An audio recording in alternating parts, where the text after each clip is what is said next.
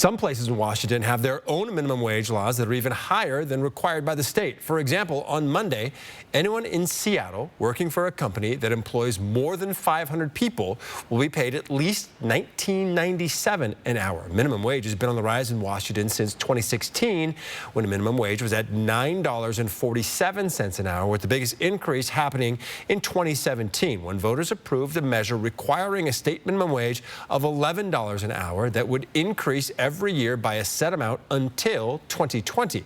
Now, the state's Labor and Industries Department factors in the cost of living to determine how much minimum wage should increase every year. Washington is not alone in trying to help low-income families make ends meet. 21 other states are raising minimum wage next year, with fast food workers in California getting a $4 an hour raise in April. 557,000 people at 30,000 locations. This is a big deal. $20 an hour. 80% of the workforce in these fast food places, 80% are people of color. Two-thirds are women. But the state is already paying the consequences, with 2 large Pizza Hut franchises announcing they'll lay off 1,200 delivery drivers. According to the franchisees, the layoffs are due to a discontinuation of its delivery services, but customers aren't buying it.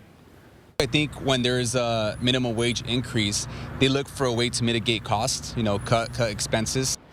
Customers will now have to use third-party apps like DoorDash for deliveries. Chipotle and McDonald's have also announced they'll be raising prices in California to offset the higher labor costs.